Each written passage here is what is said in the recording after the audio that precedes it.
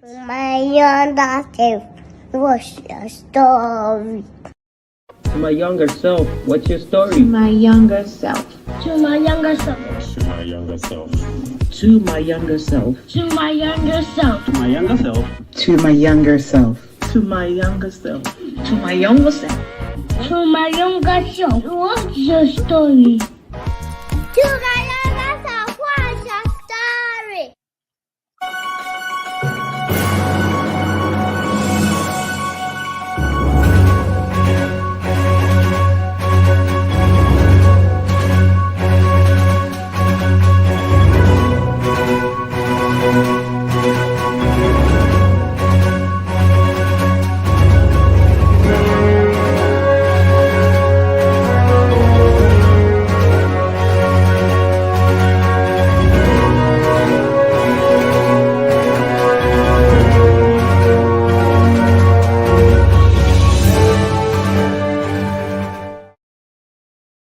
Well, hello and good morning. How is everybody doing? I hope you're doing well. My name is Zoe Baraka. Of course, the show is To My Younger Self, where we tell stories, especially personal African stories that will propel us into the future, coming from our past. How are you doing? Today is Tuesday, April 11th. What a wonderful time to be alive, especially for those of us who kind of live in the cold a little bit. The weather got better. So we're very, very excited about that. Okay.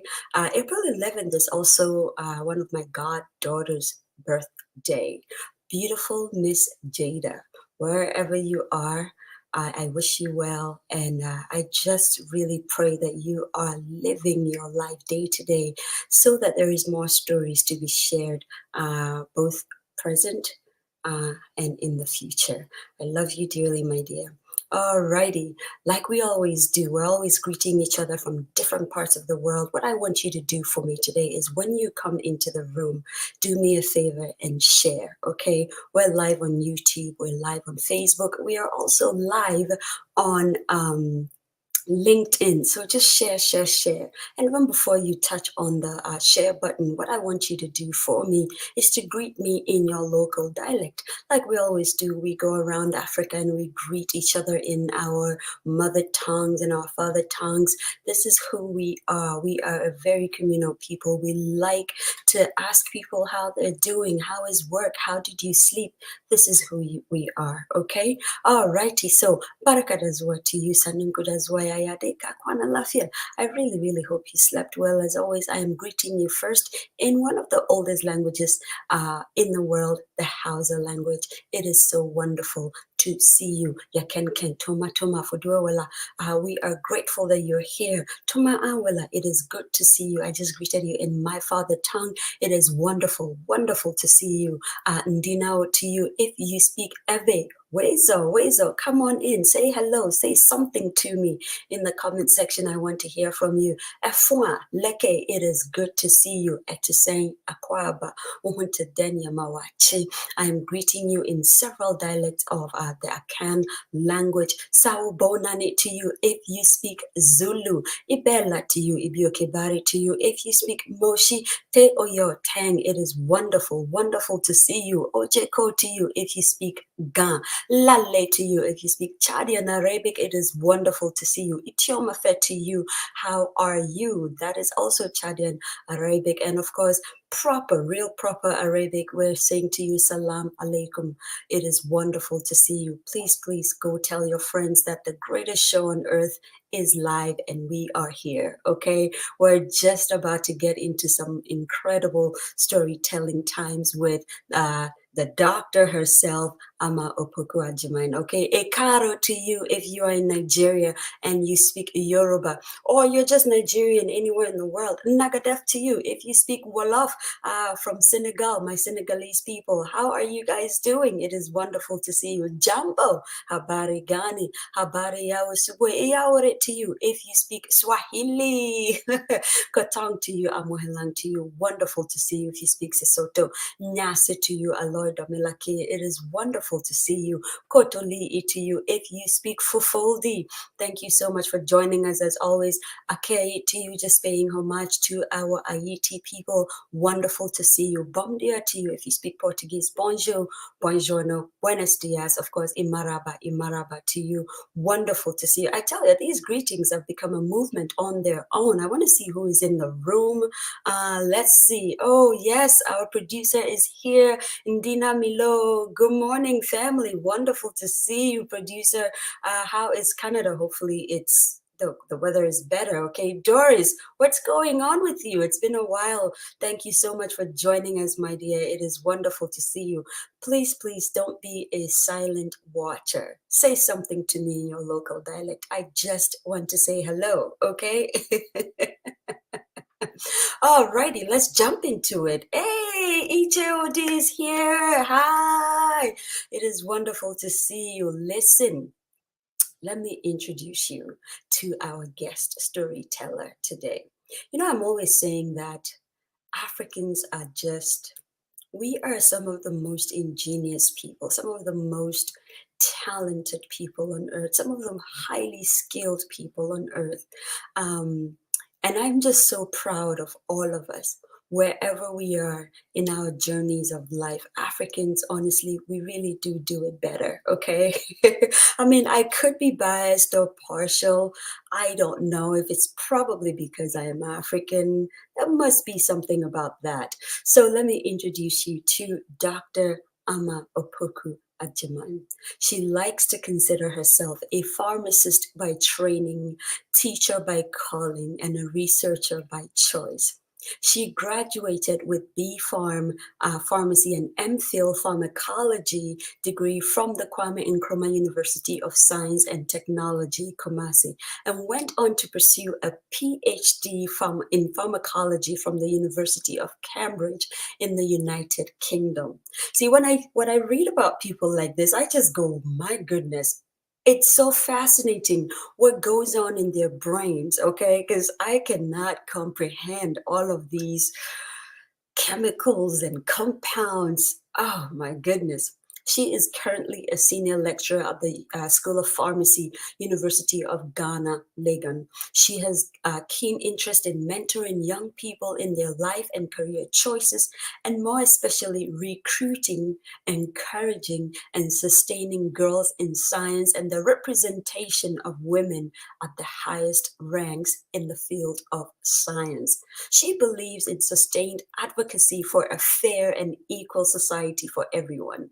She is also very passionate about child rights and health and hopes to dedicate her life and career to positively affect them.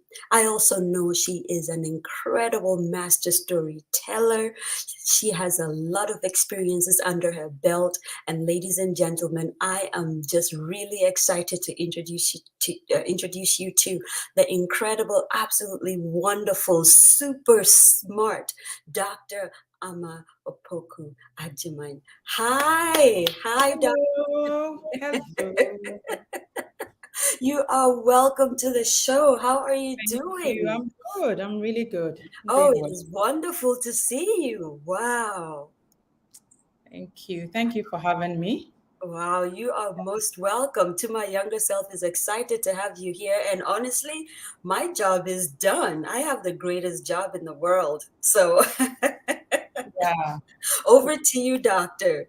Okay. Okay. Thank you so much. So I was in the back room listening to the wonderful and beautiful introduction. That's really exciting. I always find it very interesting when people talk about my storytelling or my writing, Mhm. because for the longest time in my life, I actually didn't think I was a good writer. What? Yes, Have it's you seen you and the stuff you write on there? this is very interesting. So a few years ago, maybe 8 or 9 years ago, I had a group of friends, and they kept telling me all these things you write on social media. You should put them in a blog post or something. I was like, no, I don't like writing. I'm not a good writer. I don't want to write. And actually, on my birthday in 2014 or 15, one of those years, I just woke up and they sent me a link to a blog site and said, please start writing. You need to write. Wow. Yeah, so I did. So I find it's a very full circle moment for me, which I really appreciate. And it sort of speaks to the sort of people we can be when we allow ourselves. Sometimes the limits we put on ourselves are really only in our imagination. So, Wow. yeah. Wow. Guys, you see she came out swinging, right? Somebody just put that in the comment section. Yeah. The limits we put in on ourselves are really as a result of our imagination. That is like, it's powerful all by itself, Yeah. you know. Well, Doctor, over to you again. Okay, so I mean, I've been thinking about what stories to share because my mind is always bursting with stories, and I try to find something interesting or something special about every experience of my life, even meeting people. Sometimes I drive around, I meet kids, I meet my students, and I want to find something that I can tell or something that I can write about. I really believe in documenting sort of stories. And these days, social media offers that opportunity. Perhaps someday I'll think about maybe a book or something like that. But anyway, so I'll just start with a few stories and I'll start from my childhood. So I was born in a town called Takwa in the Western region. I was actually born in Takoradi. Let me just be clear. I was born in the regional hospital in Takoradi, but at that period, my dad used to work in Takwa. My dad is a chemical engineer, so he used to work on the mine. And my mom came down to Takoradi, which is about a 2-hour drive, to have me so she could stay with my grandmother, and my grandmother would help her out with me, which is typically what Ghanaian mothers do, isn't it? You Right, always want yes. somebody to come around and help you. Especially your mother. When you give birth, your mother must come and bathe Exactly. the child. Yeah, you really need that. So, and this is a story that my mom tells me ever so often. Actually, especially on my birthday, my mother would always call me in the morning, say happy birthday, and then recount the story. So I was born on Good Holy Saturday, so a day after Good Friday. And according to my mom, late in the afternoon on Good Friday, she was in labor, so they took her to the hospital. And normally in Ghanaian churches, Easter is a big deal. So there's be a convention, our mothers and our fathers, aunties, they will all be gathered there trying to sort of celebrate the Easter. So my mom was really pained that she had to be in labor on Good Friday, which obviously meant she was going to miss the Easter celebrations. But then so she went into the hospital, everything happened, and then I think by early morning Saturday she had me. The interesting story is my mom said when she was pregnant with me, she had met a lot of prophets who had told her she's going to have a boy. Oh my God. And if you know anything about Ghanaian mothers and Ghanaian grandparents and aunties, having a boy as a first child is a really big deal. I mean, Yes. even today, I don't believe that anymore. But even today, it's still a big deal among people that, I want my first child to be a boy because that's what's going to carry my name and all these All that stuff. Yeah. Yeah, so my mom said when she had me, looked at me and I was a girl, she was like, oh my gosh, she was just so disappointed. Oh my She was really crying. But anyway, then my grandfather, God rest his soul, he passed on a few years ago. He was a minister of the gospel. So he was the one ministering during at that Easter when I was born. So my mother said the morning people from the church came to see her because everybody had heard that, oh, my mom is called Margaret. Auntie Maggie has had her child. So they came, they got there, and then they saw my mother beside herself with sadness. Oh my God, what has happened to my boy? But then they came to her and told her that don't worry, at church today we received another prophecy for you that you are quite sad that your baby is a girl, but then God says that there's a reason why she's a girl and she's going to do exploits of 1,000 boys. And my mom will tell me this story every single year during my birthday. Yeah, and that she goes on to say how she's very proud that you're a girl and she doesn't even want a boy anymore. And yes, it's a very encouraging thing for me, which is funny enough. I have only boys for my children are both boys, and my mom says, okay, God is paying her back, so now God is paying her back the boys. So yeah, it's I think for me, what that tells me is if you believe, and I am a Christian, if you have some sort of faith or believe in God, that even if things don't happen as you wish, there is a plan. There Or is. God Yes. can work them out. And yeah, I never for once think that I ever wanted to be a boy or anything like that. And I'm pretty sure my parents are proud. My mother went on to have a second child who is also a girl. So Oh, I yeah. love when God plays tricks like that on us. Oh yeah, exactly. When I was ready to have kids, I told God, no, I don't want boys. I want girls. And then I had my first boy. He Said, never God, please gives let me us have what another girl. quite want, does No, he? no, I don't know why, but yeah, yeah. But then there is a plan. I think there is a plan to all of that. Mhm. Yeah, God has a plan. So, that for me also inspires me. But I mean, because of that, when I was born, I was really close with my dad. For instance, my mom once said a few people told my dad once, "Oh, I'm sure you are so disappointed your first child is not a boy." My dad said, "Why would I be disappointed? I actually don't mind. If I had all girls, they would really be these big girls who will be walking around. I'll just hold one here, hold another one, and just be walking along." And she's happy. My dad was the first person I knew who was a positive experience for me. Mm.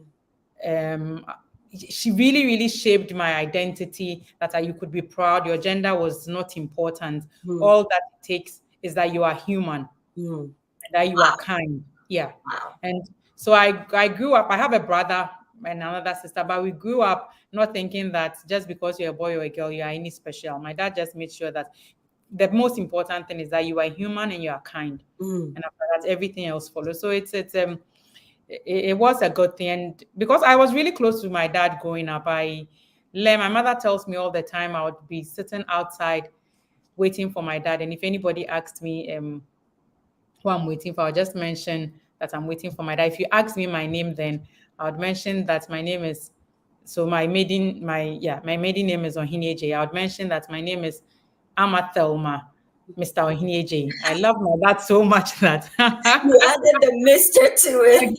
I had to make sure that you knew that It was- this was it. And yeah, so my dad's friends from however long ago, that's how they call me. They call me Oh, Amatel Mr. Hineji. Mr. Hineji. I love that. I'll make sure that that name is it's yeah. So, but that was then as a kid, I think my mom still had this. Everything she had bought was for boys. So my mom Oh was dressing me no. as a boy. Oh I was no. always wearing Blue shorts and things. skirt. Yeah, she couldn't be bothered. And apparently I was a very busy child who would write on every wall or every floor. My mother claims every Sunday when we had to go to church, and we lived in a mining town in Takwa, so there were buses that would run around the city getting everybody. The bus would be running around waiting for us, and my mother says I'll be on the floor writing 1 to 100. And if she tries to lift me off the floor, I'll burst into tears. And then my dad would probably come around and say, "Leave her. I mean, you don't have to go to church every Sunday. Just let her finish writing her numbers." Oh, And so wow. so this was a child who loved writing her numbers and her alphabet, but then grew up and said she doesn't think she was good at writing. So yeah, It's such a full circle, though. That is so incredible. yeah, Wow. yeah. Wow, what a powerful story. I was trying to see who was in the room. Auntie Doris, you are welcome. She says you are human and kind.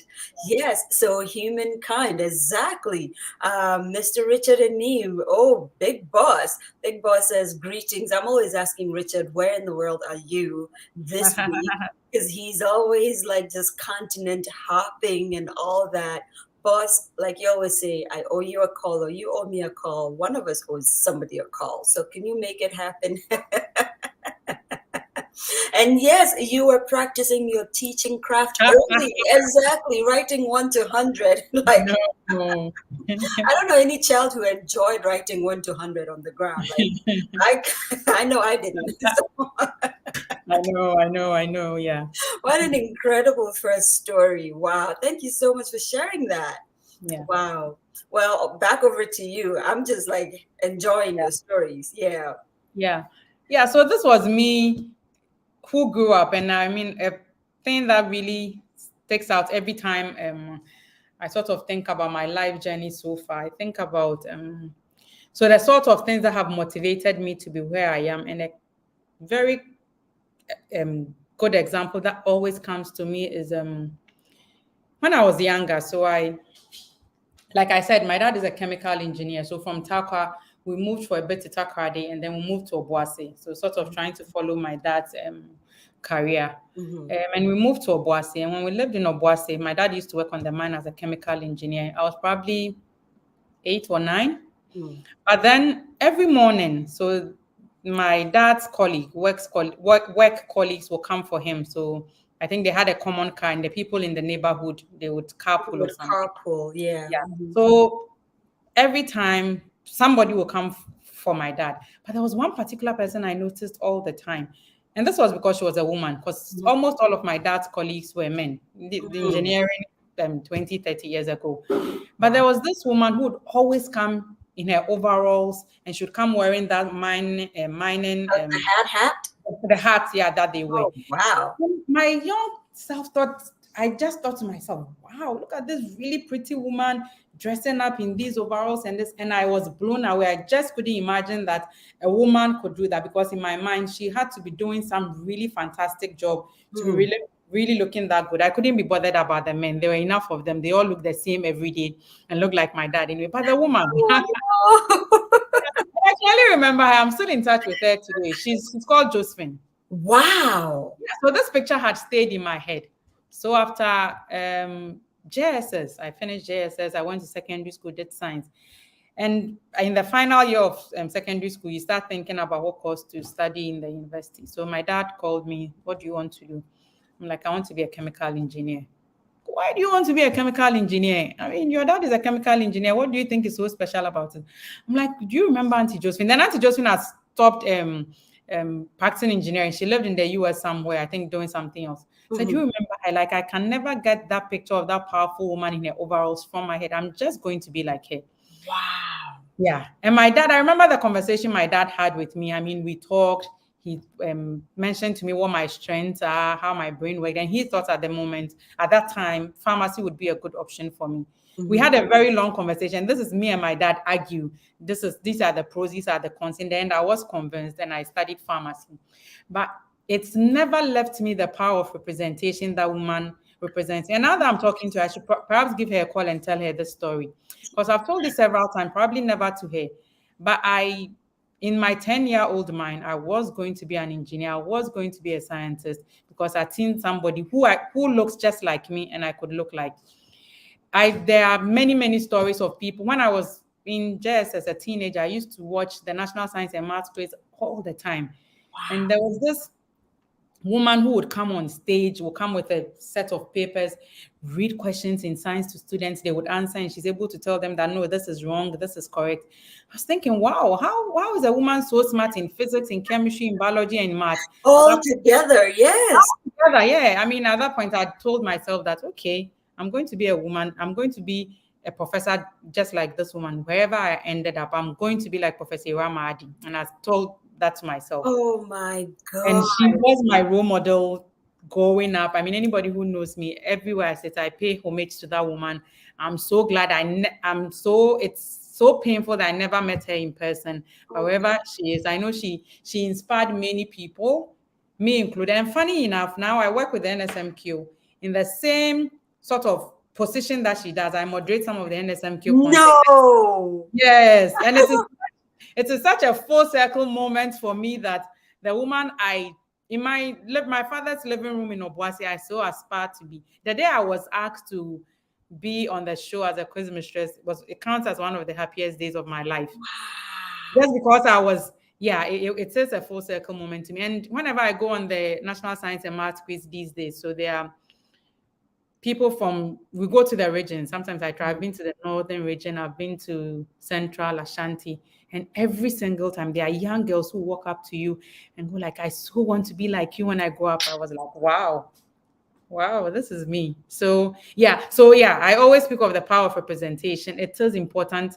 to me. And it's one of the things that has shaped my career and my life, that people need to see themselves or the potential they have in other people. When you tell people that you can be everything that you want to be, you need to show them people who are doing everything they want to be. And it is a perfect example for young people. When people find out that Black people can be whatever they want to be, women can be whatever they want to be, no matter your ability, anything at all. You can be what you want to be. Give them examples. There's no better lesson than that. You can teach for 100 years. Just give them an example of somebody who has been, and then that is it. And that's really it. The power of representation. Yep. You know, Yep. as doctor, as you were speaking, I was thinking about the same thing, thinking about how I would watch Gifty Auntie when she would do the news. And it was just the way the woman carried herself. And I didn't even know what journalism was then, but I just kind of knew at some point in my life, I'm definitely going to be doing something where I got to talk to people. Yeah. And just kind of looked in the camera and talked to people. The power of representation. What a powerful story. Yeah. Wow. Yeah. Well, Auntie Josephine, wherever you are, thank you. Because the thing is, for people like you and for Auntie Josephine and Dr. Ramade, you're just living your life. Yeah. You're not necessarily going around going, I want to show people what I look like. Just by being who you are, people get to see you and then want to be like you.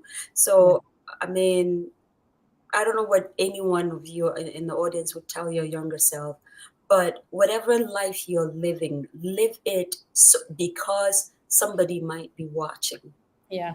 A young man or a young woman might be watching, and you never know how powerful the image of you will propel them. I mean, look at Dr. Amma right now. Okay, this is crazy. Wow.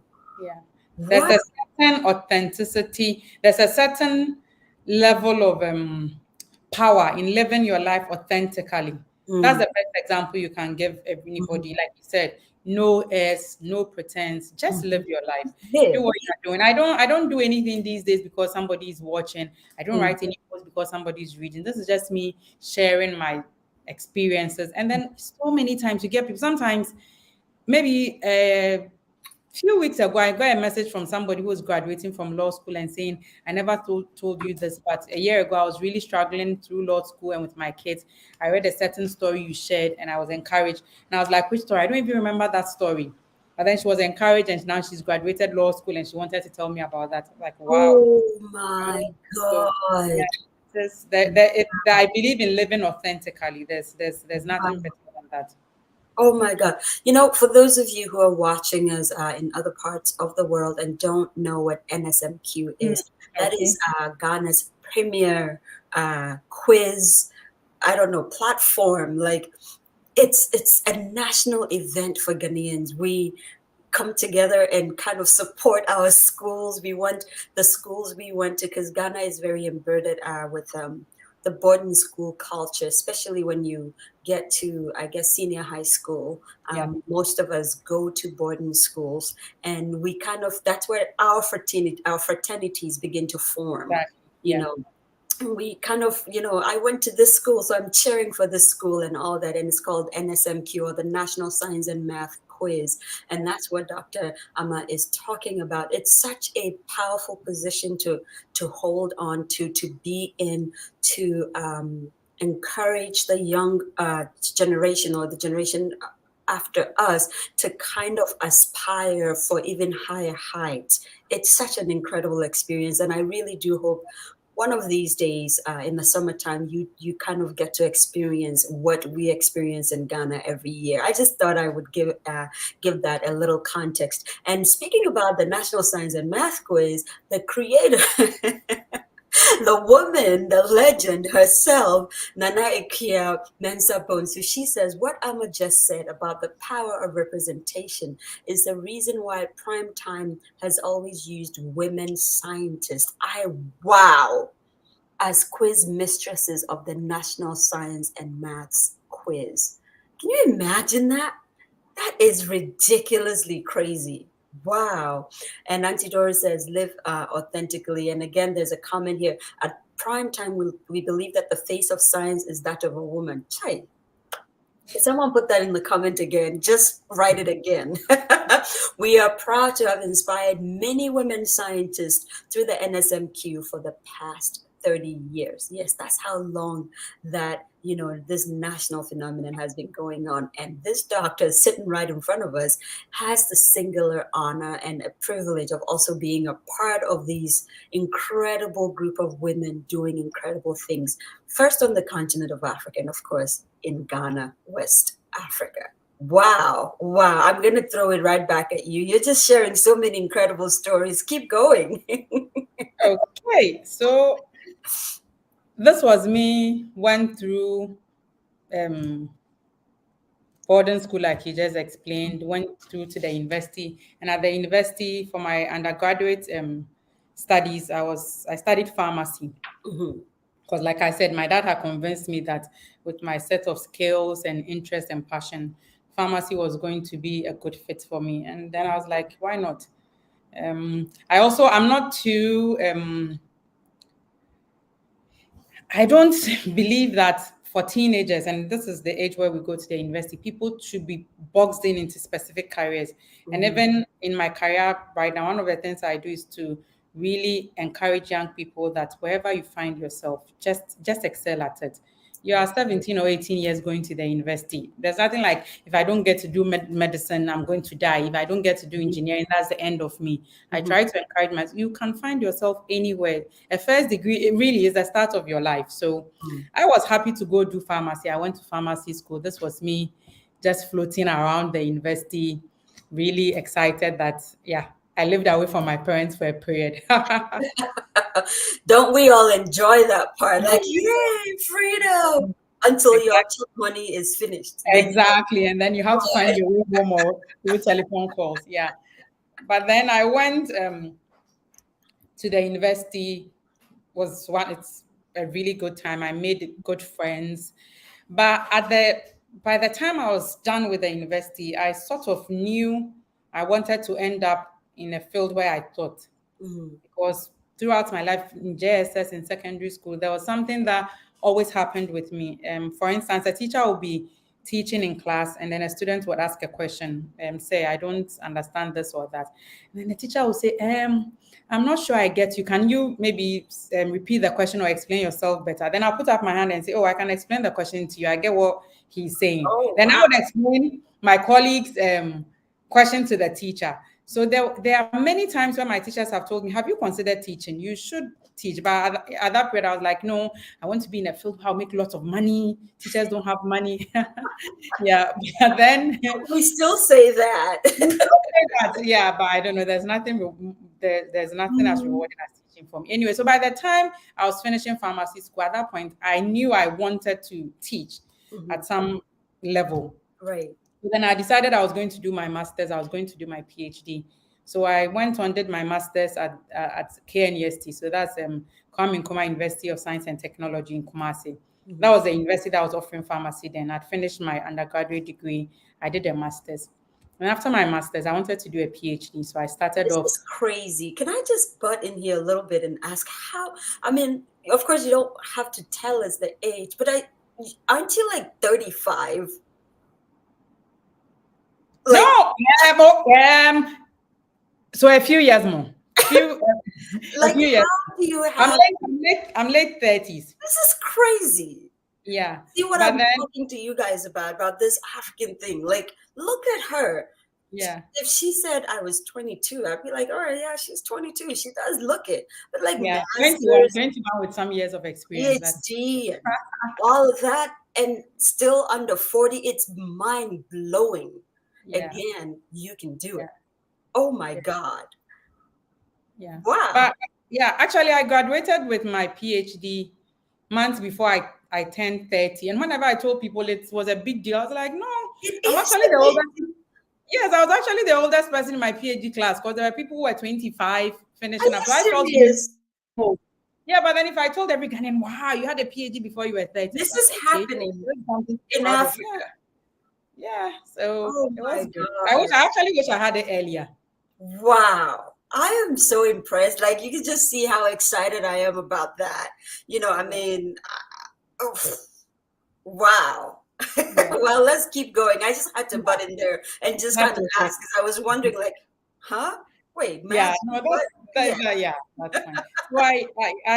this was me. I wanted to do a PhD. So during my master's, I kept on applying to different schools. And for me, in my early 20s, I convinced myself, I used to call myself a global citizen, that I could live anywhere in this world, God put me. I was going to make a life and excel there. So at that point, I was applying to 80, like Canada, the US, the UK, Belgium, anywhere at all. So I had applied to many, many schools. I got a lot of responses.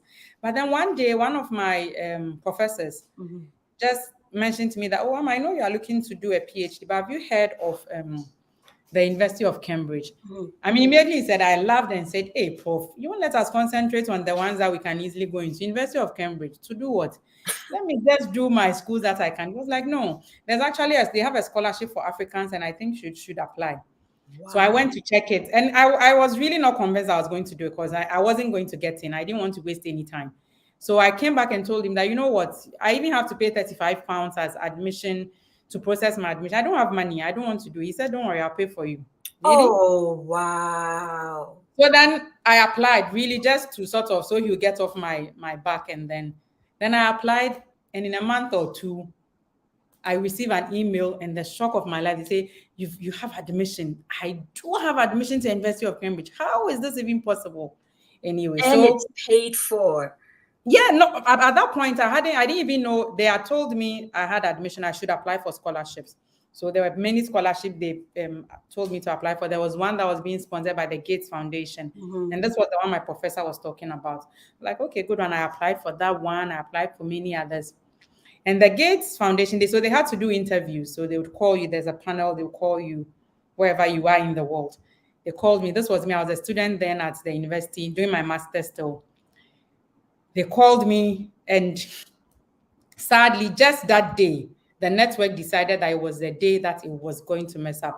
I could not hear a single thing that the panel was asking me. They couldn't hear me. It was a really bad interview. So, I mean, at that point, I finished the interview, sat on my bed and cried my heart out because I knew I wasn't going to make it. I got a letter back, they telling me that I didn't make the cut, so I wasn't going to get the scholarship. So then I called my dad crying, saying I can't make it. And then my dad said, don't worry, you know what? We will try and find the money for it. I'm like, Dad, you know the sort of money we are talking about. I'm going to live in the UK for 4 years. And you can't pay my fees and give me a stipend. There's no way. So let's forget about it. Then, so my dad said, don't worry. Then I was supposed to go in October. So this was June. My dad said, don't worry, let's defer the admission to the following year, to April. And let's see, you never know what will come up. We can still do more applications. But then I said no. At that point, another university in Canada had given me admission. They had given me a scholarship for a year and said that they can guarantee me funding for a year. But then the rest of the years, I had to look for money myself. Figure it out. Yes. The plan was I was going to work and all that. But then there's a conversation my mom and my dad had. So my dad told my mom, you know what, I've asked Amma to defer the admission. We are sort of going to look for money for him.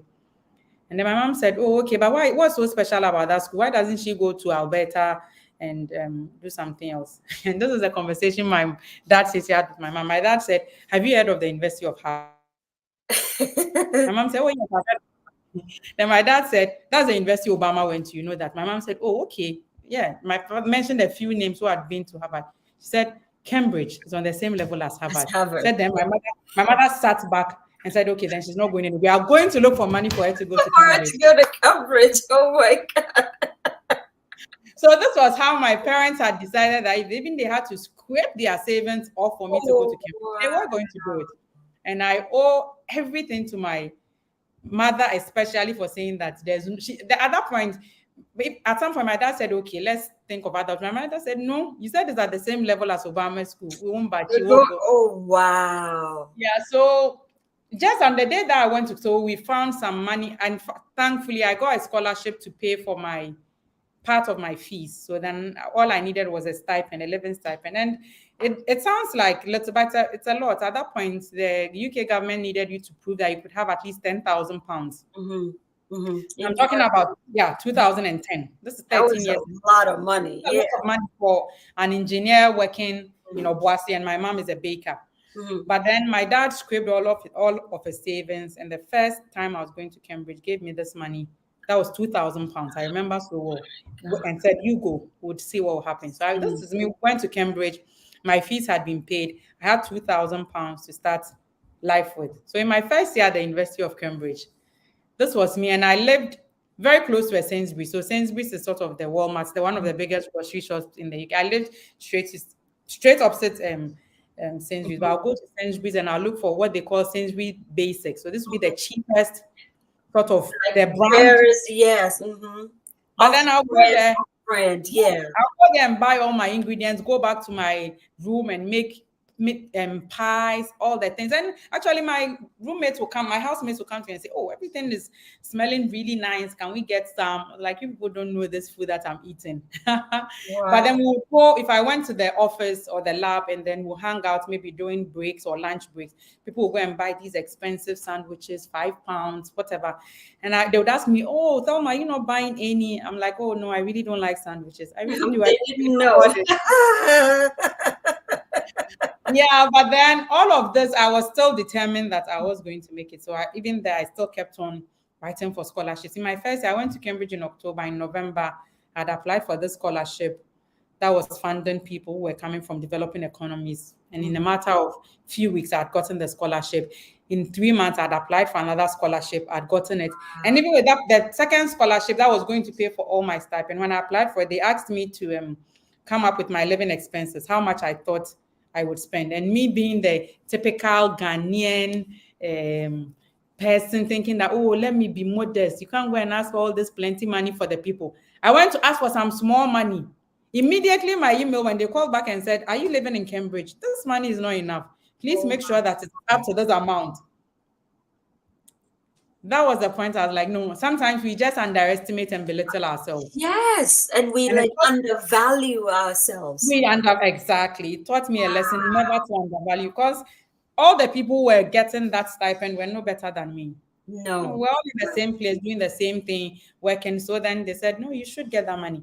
And for the rest of my time in the UK, thanks be to God and that my parents who had so much faith in and pushed me, there was nothing that I wanted in the UK that I couldn't buy. I lived comfortably. And I mean, if you've been trained in the Ghanaian system, you're also very smart with money. I mean, my housemates were complaining about how much their stipend runs out. I'm thinking, why? Probably because they're always buying alcohol every Friday. Also because they don't know what Gary is. Exactly.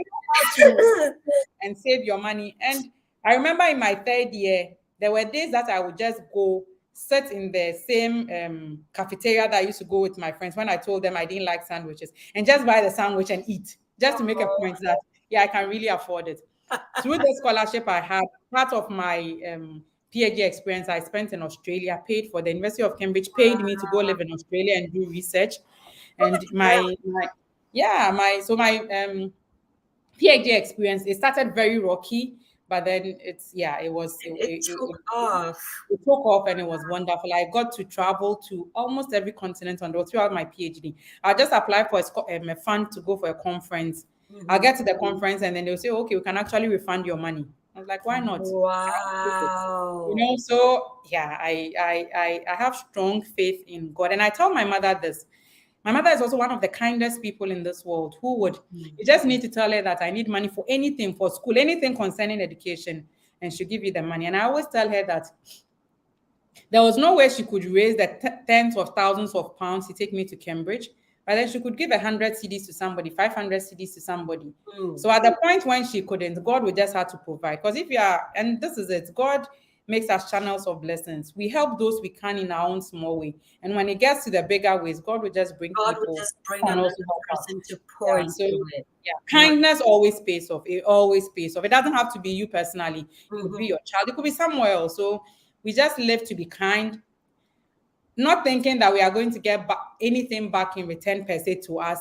But then that is what is expected of us. And God shows off. And when he shows off, he shows off big. He does it so big, your brain would hurt. Wow. Oh my God, look at that experience. So did the Gates Foundation ever circle back?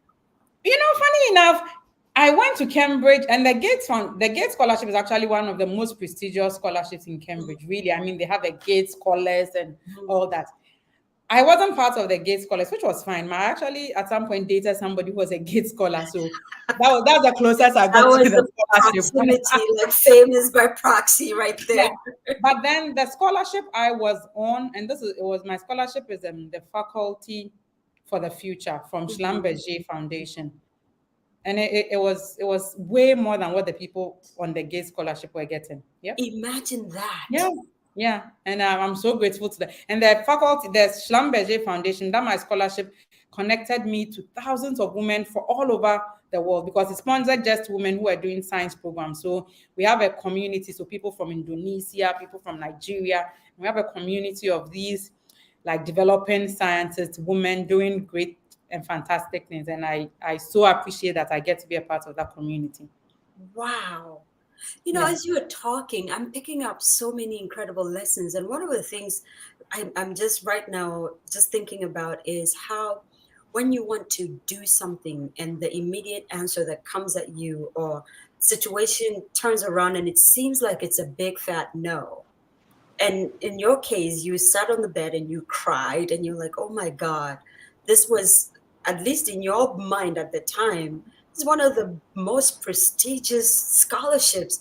But what you didn't know was how God was saying, no, you can't get this one because I want to give you a bigger one. Yeah. And if you got this one, maybe the rules will not allow you to get this one that I need you to actually get, which is a human condition, right? Whenever we see something we want and we don't get it, we just go, my world is over. Then God circles back and he says, girl, you playing. I'm trying to help you by saying no this time. Yeah. You know, there's a picture. So there's a picture that floats on social media. So there's God taking some little doll from a child. Teddy bear. And he has a really huge teddy bear behind him, but then you don't know. So you're like, no, I won't give it. I won't give it. See, my problem is, why wouldn't he show you the big teddy bear? I mean, but if you did, why would you trust him anyway? You think like, okay, why but not? That would make me trust him. I'm like, oh yeah, he has a bigger teddy bear. I'll take the small one. Yeah. Wow. So, you know, I know that I kind of diverted the conversation a little bit when I asked a question about how old you were and all that. I know you were going to tell us a story about your love for teaching or instructing and all that. So I'm going to kind of circle you back to that to finish off that story. Come again, story about? Well, I think you were trying to tell us a story about your love for teaching, because in secondary school you would actually. Oh yeah. So that was it, and I've always, I knew I wanted to teach because I find a lot of joy and fulfillment when I explain concepts to people and then they understand. You see your students nodding or making sense to them. That is the most fulfilled I ever feel. And these days, it's not even as much as teaching concepts as in science or in pharmacy. But, you know, I go to my class and some days we just, we just decide to have conversations about life, about relationships, about what you want to do after school. And those are my best classes. You know, I walk into the class and the students say, Dr. Thelma, is today teaching or a live teaching? I'm like, okay, we can do a live teaching one. You know, we just chat, and there's when I was in school, there was no way you could just maybe even walk to your lecturer's office. Your lecturers were not your friends. They really were not. No. Yeah, there's that. And my students are not my friends per se, but I want to feel approachable. My students should be able to come to me. They should be able to not feel intimidated by me. And I think it's something that I'm really grateful that there's a newer generation of teachers who are seeing this. I think it will take a bit of time, but there should be that time where the relationship with between a teacher and a student or a lecturer and a student is not one of a master and a servant or some domineering person. And no, there should be that respect. I mean, and if you give off respect, you always get it back. I have some of my students, these are called tutees. So normally they are supposed to come up to you if they have issues outside academic stuff so that you sort of guide them. And for my group of tutees, every semester when we have the chance, we would have lunch, we would chat. And the very first time we did it, I said we should meet and have lunch. So they came over to my place, a group of about 10 people. We had lunch, and when we finished off the lunch, we were just chatting. That was when they were telling me about their relationship issues. And student gossip. Wow. Sometimes Yes. gossip you can never have. Then they finished off and said, "Oh, would you like to watch a movie?" I was like, "Why not?" I mean, and then we watched a movie. It was a beautiful It was experience. nice. But Yeah. those students leave you feeling that, okay, this is really not a big deal. It's not that strange. I mean, so I live for those moments. I appreciate the fact that, and I had a few lecturers who gave me the opportunity to sort of have a certain relationship with them. And that was actually also what inspired me into teaching, because I realized that I don't only have to shape the careers of young people, I can actually shape their life. My very first project student, when I returned to Ghana, and I give her credit every day, Michelle. I mean, she came to me and she was as naive as anything. By the end of the 1 year where I supervised her, I was looking at her and thinking, that is almost a mini me. She's suddenly talking like me, using my language. And I remember at her final presentation, she made her presentation. They were asking her questions, and I was thinking to myself in the back, oh my God, how is Michelle going to answer this question? Then she answered it, and I just jumped out of my chair laughing. I was just so excited and impressed that I was like, oh wow. So when you see the impact you're having on people, or just the relationship you have with them and how it turned out, it's an amazing feeling. And this is why I'm probably going to spend the rest of my life teaching. Nothing beats that. It's so incredible to have that experience of one representation. I think that's the theme of your life. You've just had such incredible examples of people who looked like something you wanted to be like.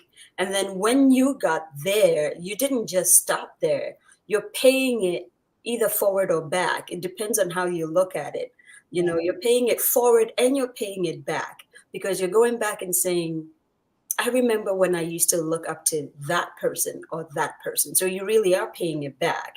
And then you're paying it forward by saying, but I want someone else to look up to me just by the fact that I am living. And I like the mix of your teaching strategy. It's not just chapter 1 today, chapter 2 tomorrow. It is also, it's chapter 1, but also how are you really doing? Yeah. And also, where are you really going? Which I think, for those of you who've read Malcolm Gladwell's, I believe it must be The Outlier, that book, most of life's biggest moments come out of that. And not necessarily, you can be as smart as anything, but if you don't have the human component or the person that's guiding you in that humanity, you're lost completely. Completely lost. And so I do want to take time to appreciate you for that. Oh my God. So there's a couple of people. EJOD says there is nothing like a teacher who is a positive experience. Yes. Nakoa says wise. I believe she's probably referring to the group of scientists and women that you belong to, which is Wise Women in Science and Engineering. Wow. Elsie says this is one of the reasons why Professor Mensa Bosu, now Justice of the Supreme Court, is one of my all-time favorite professors. She is a teacher of life, not just a law professor. She cared about the whole student, and she has whole in H, like in capitals, the whole student, like the embodiment of it. You know what I mean? And Lady Juliet, who is watching us in the UK, it looks like work is not allowing her to be great today. So she says, greetings. We'll have to catch up on replay today. Have fun, TMYS family. We miss you already. Have fun too, my dear. And yes, EJOD says, shaping the whole person. That is such an incredible concept, and I'm glad it's taken shape in the African continent. I do want to kind of push a little bit and see if there's another story there somewhere you can. I know you have many. Oh yeah, I do have many. Yeah, we if we take a poll right now, you'll be here for another 30 minutes. So maybe that's okay. So this is a story I read And that inspired me so much, and I would always take the opportunity to share it. Mhm. So there's a Kenyan professor, Mhm. a woman. And funny enough, people always say, "Are you only inspired by women?" Yeah, exactly. I was about to say, are there any guys that no? It Oh, doesn't need to be. yeah. I mean, but what's special about me telling you a guy inspired me? Let me tell you about the woman who.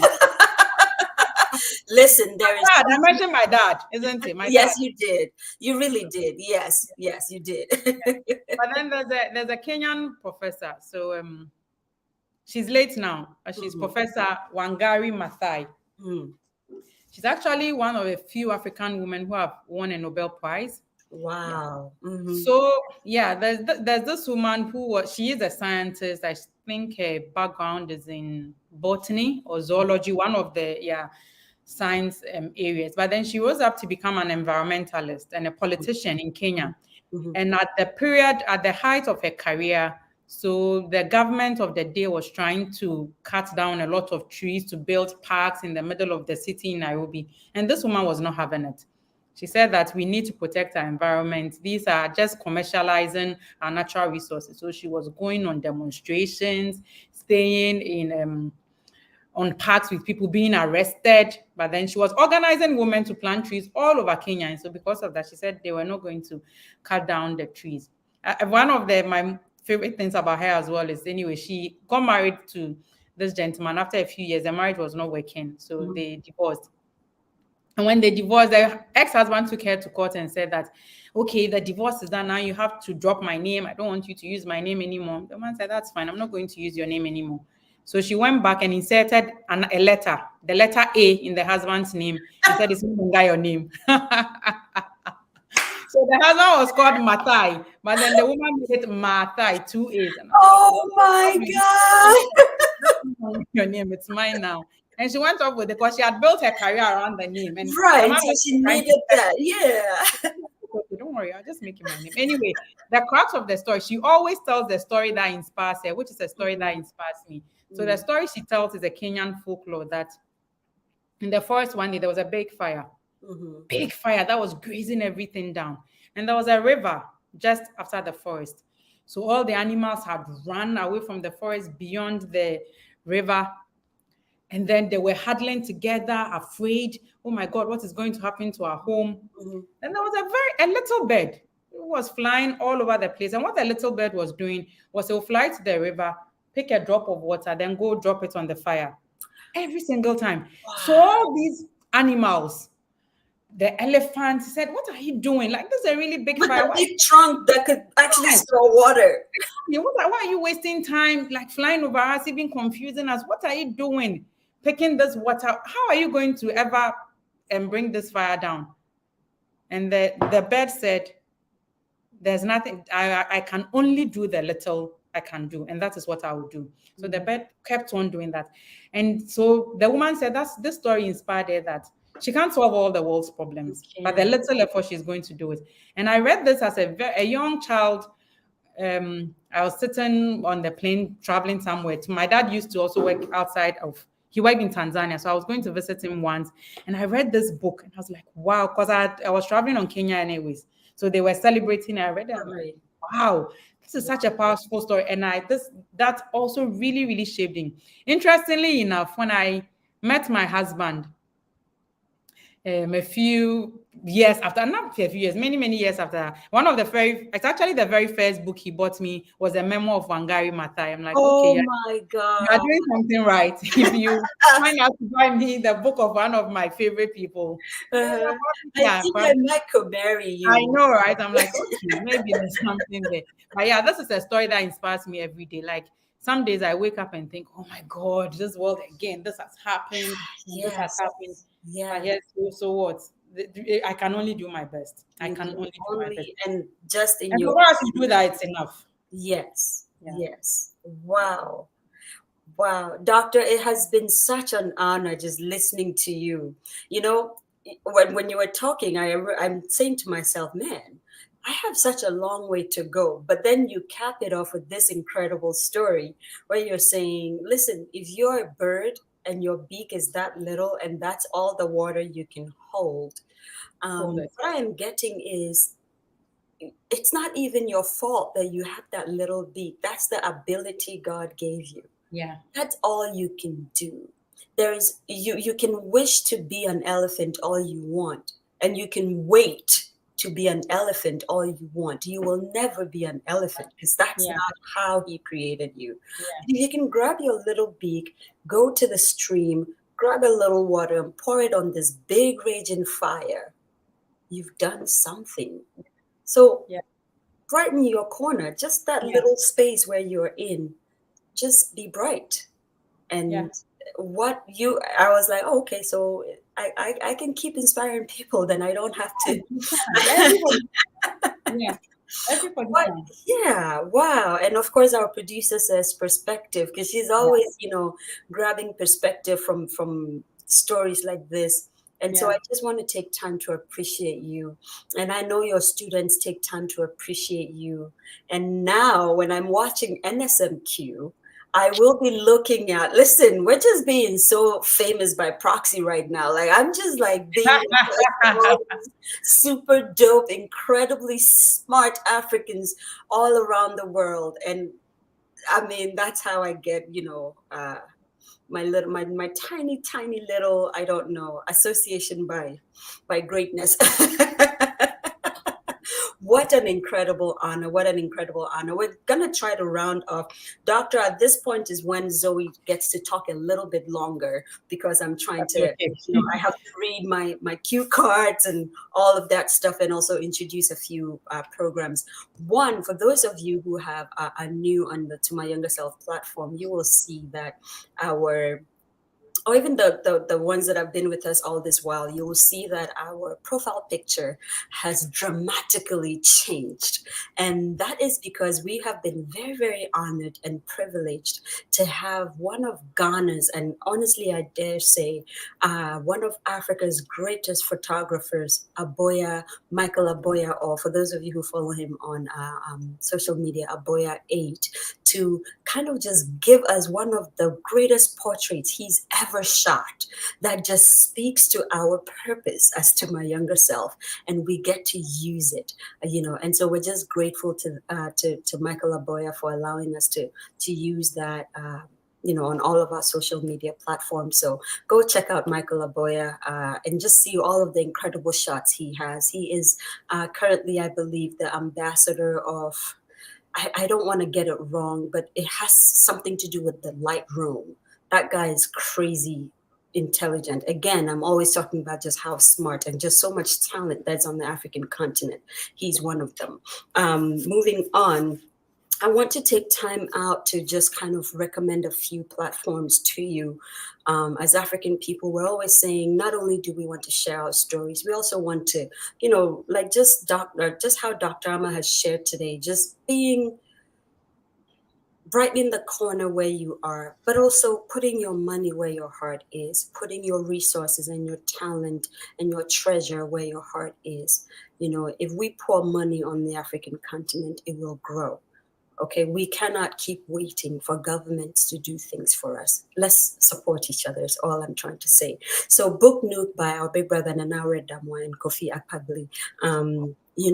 If you want to get books and you're on the continent of Africa, really anywhere in the world, just go onto booknook.store. You will not be disappointed. Incredible service.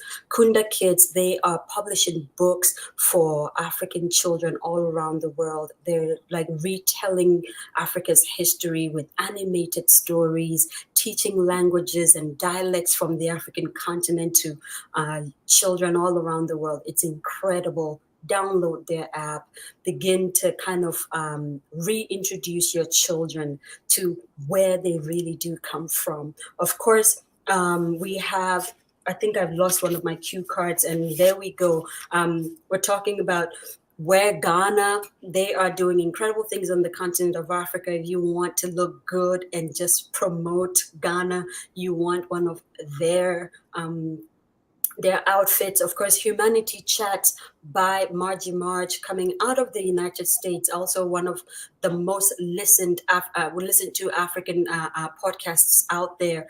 Just Jump on it. She talks to humans from all around the world. Just humanity chat, every Thursday at 7 p.m. EST. We have Kua Designs. I think Kua is actually having a pop-up event in London very, very soon. So for those of you who are on that side of the world, you do want to check out Kua or Afiba Bowes or Ruby and Kua Designs. Music for Your Quality Feet, of course, by our own uncle or our own DJ uncle, DJ A Coffee Show. M. Sims by Mabel Simpson. Ryle by Design, coming out of Kenya by way of Nyack, New York. Vonzige Bridal, Keys and Cradle by Nana Sapon, Horseman Shoes, Caveman Watches. There's just so many of them. I could go on and on and on, but wherever you are, I think Rachel Dodu with R&D, it's just, guys, wherever you are, put your money into an African's venture, okay? Believe me, just like the little bird, it might seem very little, but you don't know just how powerful that tiny little patronage will do, what that would do for the African continent. I want to take time out to say thank you to our donors, our supporters. You guys are always doing incredibly well. Every month your support comes in week. I am just so grateful to you guys. The names are beginning to grow so much. I can't say all of them, but I'll always remember Auntie Araba. I'll remember Auntie B. I'll remember Mama Rose Machayo, Jane Fiorito. I'm trying to remember EJOD, Mr. EKD. Listen, you guys are doing wonderful. We appreciate your help. We appreciate your investment. I personally appreciate your encouragement. You're not only doing it in words, you're also doing it where your pockets are to push to my younger self forward. We really, truly appreciate you. Mr. Ibrahim Mahama of Red Clay in Tamale, Ghana. My goodness, what an incredible support you are to my younger self. We truly, truly do appreciate your support. What else, producer, am I forgetting? Next week, yes, we have the incredibly smart, oh my God, Africa, man. I cannot just get enough of Africa. But see how we just got an incredible storyteller, Dr. Amma. Next week, we have Honorable Betty Mold Idrisu with us. Guys, you do not want to miss it, okay? Just like you didn't miss today, you don't want to miss next week, because mind-blowing, mind-bending stories are coming your way. So much going on to my younger self, and I just want to take time to appreciate all of you. For those of you who are into fun and kind of just, want to boogie and chill this summer, not Christmas. I don't know why I've been saying Christmas since Sunday. I don't know what's going on in my brain. It's not Christmas. Anyway, the Kojo entry is on his way to this part of the world, specifically in Minnesota. And there's a little video that we just want to show you, just so you kind of know where to go, how to get tickets and stuff like that.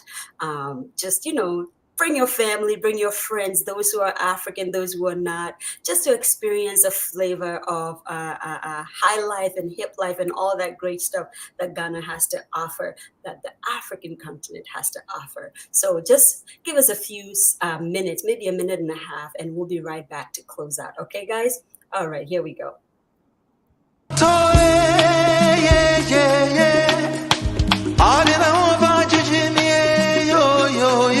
Hello everyone, hello beautiful people. My name is Kojo Entry. Most people like to call me Mr. Music Man. I'm from the South. I'm coming all the way to Minnesota on the 24th of June. 24th of June 2, 24th of June 3 times. And more money saying 24th means to me. 24th is everything. I get to do all the good things on the 24th.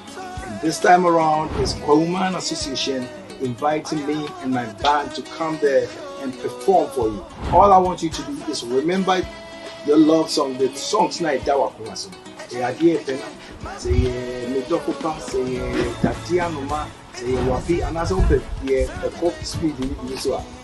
Send all your requests to my social media, and we'll make time and work on your song and play them beautifully for you. I'm looking for a time to share my music, share the love with you. And it's 24th of June, Roman Association, performing for all the people of Hey, peace, love.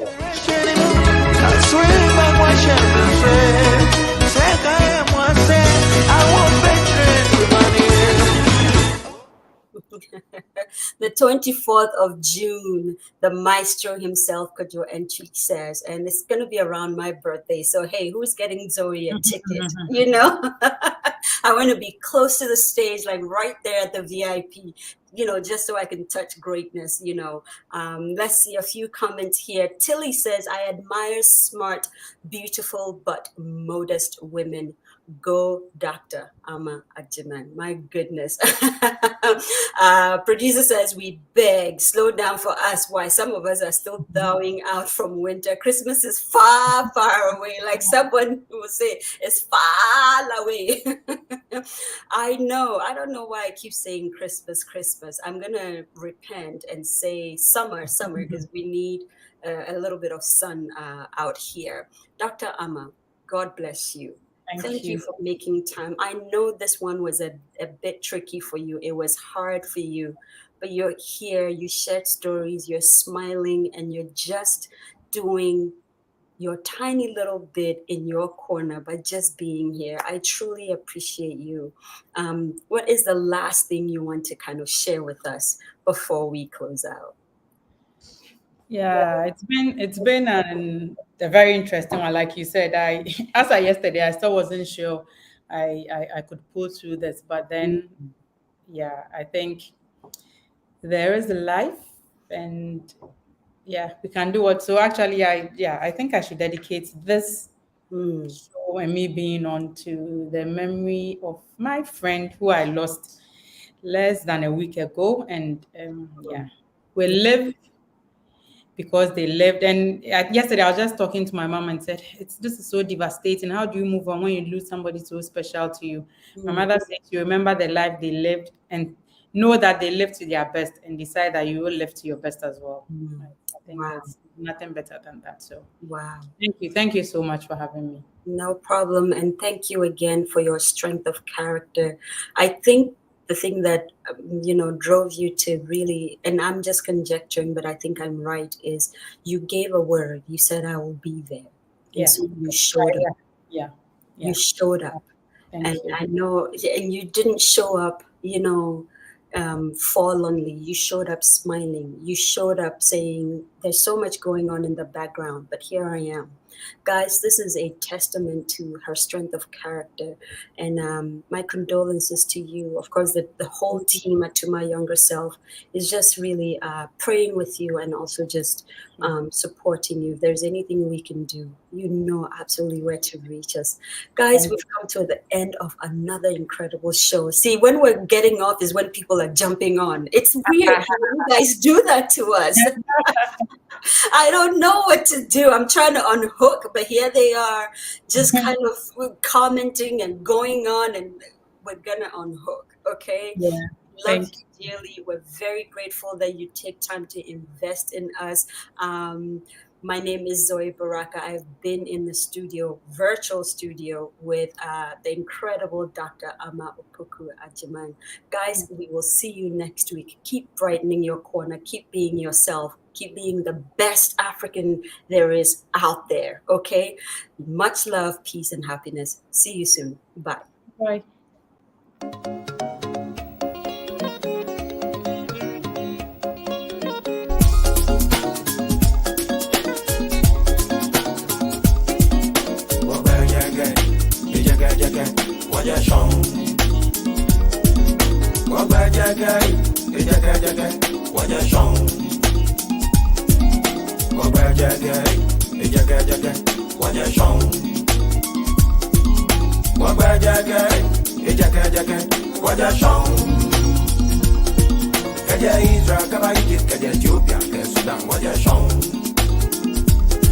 Gaja Ikushima, you know, when he make on a me waja shong.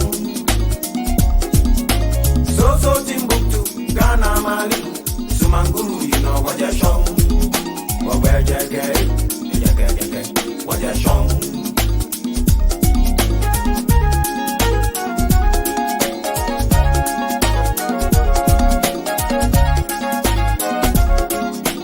So Timbuktu, Ghana Mali, Sumanguru, you know what you're shown. Manchester key, you know Sumanguru, you know what you're shown. What's that to do?